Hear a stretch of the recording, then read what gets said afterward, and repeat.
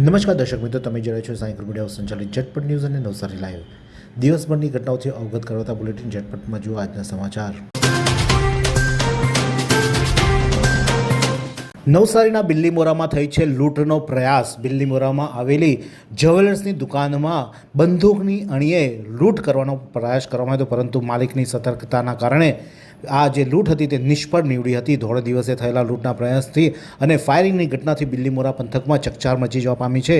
બે લૂંટારાઓ આવ્યા હતા અને માલિકને ઘન બતાવીને લૂંટનો પ્રયાસ કર્યો હતો, પરંતુ માલિક તેમને તાબે ન થયો હતો અને તેમનો સામનો કર્યો હતો, અને જેના કારણે જે લૂંટારો હતા તેમને ફાયરિંગ કર્યું હતું. ફાયરિંગ બાદ પણ માલિક ડગ્યો ન હતો અને પરિણામે તેઓ ત્યાંથી ફરાર થઈ ગયા હતા લૂંટારો, અને માલિકે પોલીસને ફોન કરતા પોલીસ આવ્યો હતો અને સમગ્ર ઘટના સીસીટીવીમાં કેદ થઈ હતી. અને આ ઘટનામાં જોઈ શકો છો કે માલિકે કઈ રીતે લૂંટારોનો હિંમતથી હુમલો કર્યો હતો, પરંતુ આ ઘટનાથી જે લોકોમાં પોલીસનો જે ડર હોવો જોઈએ તે ન હોવાનું સ્પષ્ટપણે દેખાડ્યું છે. અને દિન દહાડે ફાયરિંગ અને લૂંટની ઘટનાથી પોલીસ પર એક મોટો સવાલ જે ઉઠી રહ્યો છે કે પોલીસ જે કામગીરી કરે છે તેનાથી લોકોમાં કોઈ ડર નથી, ડરનો માહોલ નથી, તેવું આ સ્પષ્ટપણે દેખાઈ રહ્યું છે. ટેલેન્ટ સર્ચ પ્રોગ્રામ ચીખલી ખાતે યોજાયો. ગુજરાત ક્રિકેટ એસોસિએશન અને નવસારી ડિસ્ટ્રિક્ટ ક્રિકેટ એસોસિએશનના આયોજિત ટેલેન્ટ સર્ચ પ્રોગ્રામ 2024 ચીખલીના Mohanlal Desai cricket ground Chikhli college ખાતે યોજવામાં આવ્યો હતો, જેમાં નવસારી જિલ્લાના અંડર 16 ભાઈઓમાં 67, અંડર 19 ભાઈઓમાં 48 અને ઓપન એજ ગ્રુપ બહેનોમાં 24 એમ કુલ 139 ખેલાડીઓએ ભાગ લીધો હતો. નવસારીમાં ટેકનિકલ સ્કૂલ નજીક જૂની અદાવતમાં 4 માથાભારે ઈસમોનો માતાપુત્ર પર ઘાતક હુમલો.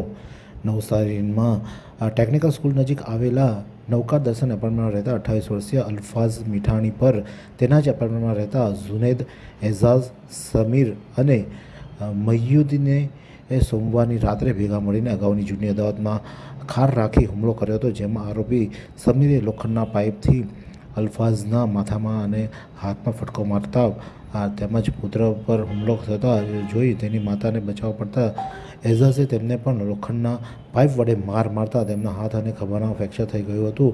બાદમાં હુમલાખોરોએ તેમને જાનથી મારી નાખવાની ધમકી આપી જાહેરમાં મારામારી અને ધાક ધમકી આપી ડીએમના હથિયારબંધીના જાહેરનામાનો ભંગ કરી ટાઉન પોલીસે 4 આરોપીઓ વિરુદ્ધ ગુનો નોંધી વધુ તપાસ હાથ ધરવામાં આવી છે. રોટરી દ્વારા શબ માટે કોલ્ડ શબ પેટીનું લોકાર્પણ કરાયું. નવસારી સિવિલ હોસ્પિટલમાં દાતા પરિવારના સૌજન્યથી રોટરી ક્લબ ઓફ નવસારી દ્વારા મૃતદેહને સાચવવા માટે કોલ્ડ શબ પેટીનું લોકાર્પણ કરવામાં આવ્યું હતું. સાપુતારા વઘઈ આંતરરાજ્ય માર્ગ પર દેવીપાડા નજીક ઇકો કાર પલટી ગઈ. એક જ પરિવારના 7 દર્શનાર્થીઓને ઈજા થઈ હતી. સાપુતારા વઘઈ રોડને જોડતા આંતરરાજ્ય ધોરીમાર્ગ પર દેવીપાડા નજીક આજે ગંભીર અકસ્માત સર્જાયો હતો. પ્રાપ્ત વિગત અનુસાર વાણી ખાતે સપ્તશૃંગી માતાના દર્શન કરી બારડોલી પરત ફરી રહેલા પરિવારની ઇકો ગાડી નંબર GJ19BA 4215ના ચાલકે બારખાંધિયા ફાટક નજીક અચાનક સ્ટીરિંગ પરથી કાબુ ગુમાવતા ગાડી ઝાડ સાથે અથડાઈ અને પલટી ગઈ હતી, જેમાં અકસ્માતમાં કારમાં સવાર લોકોને ઈજા થતાં 108 મારફતે સારવાર માટે હોસ્પિટલ ખસેડવામાં આવ્યા હતા.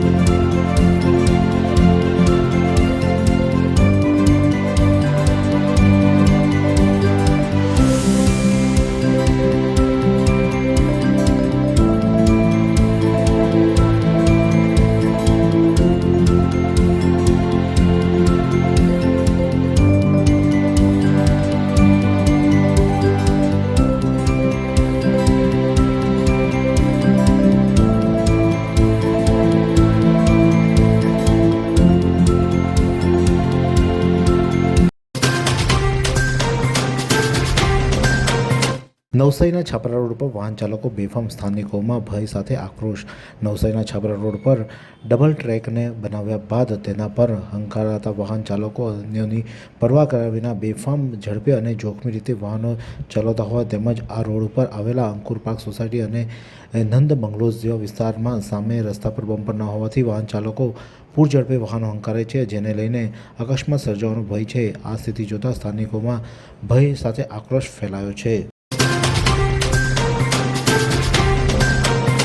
અમલસાડના સરી બુજરંગ ખાતે શ્રીરંગ અવધૂત પરિવારના ભક્તોની ઉપસ્થિતિમાં શ્રી દત્ત બાવનીના ગાનનો ભવ્ય કાર્યક્રમ યોજાયો હતો. આ કાર્યક્રમમાં પ્રેરક હાજરી આપનાર શ્રીરંગ અવધૂતના પરમ શિષ્ય અને બાપુજીના લુહામણા નામે પ્રસિદ્ધ પૂજ્ય જગદીશાનંદે તેમના આવકારમાં સામેલ માતાઓની ઉપસ્થિતિને ધ્યાને લઈને કહ્યું હતું કે દુનિયાના વૈજ્ઞાનિકો દૂધ બનાવી શકશે પણ માતાનું ધાવણ ક્યારેય ન બનાવી શકે, કારણ કે માતાનું ધાવણ એ માત્ર ઈશ્વરની દેન છે.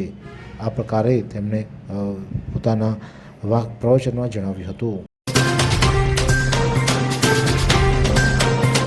ઘુવડની તસ્કરીમાં પકડાયેલા આરોપીના જામીન નામંજૂર કરતી નીચલી અદાલત. ચીખલી તાલુકાના સાદરડેલી સ્થિત આનંદ ફાર્મ નજીકથી એસઓજી અને વન વિભાગની સંયુક્ત ટીમે પેટ્રોલિંગ દરમિયાન 4 શંકાસ્પદ ઇસમોને અટકાવી તેમની પાસે તપાસ કરતા તેમના પાસે રહેલા પૂંઠાના બોક્સમાં ઘુવડ મળી આવતા ચારેયની ધરપકડ કરવામાં આવી હતી. ઘુવડની તસ્કરીમાં સંડોવાયેલા 4 આરોપીને નીચલી અદાલતે તેમને જામીન અરજી કરવામાં આવી હતી, જ્યાં નીચલી અદાલત દ્વારા આ જામીન અરજી ફગાવી દેવામાં આવી છે.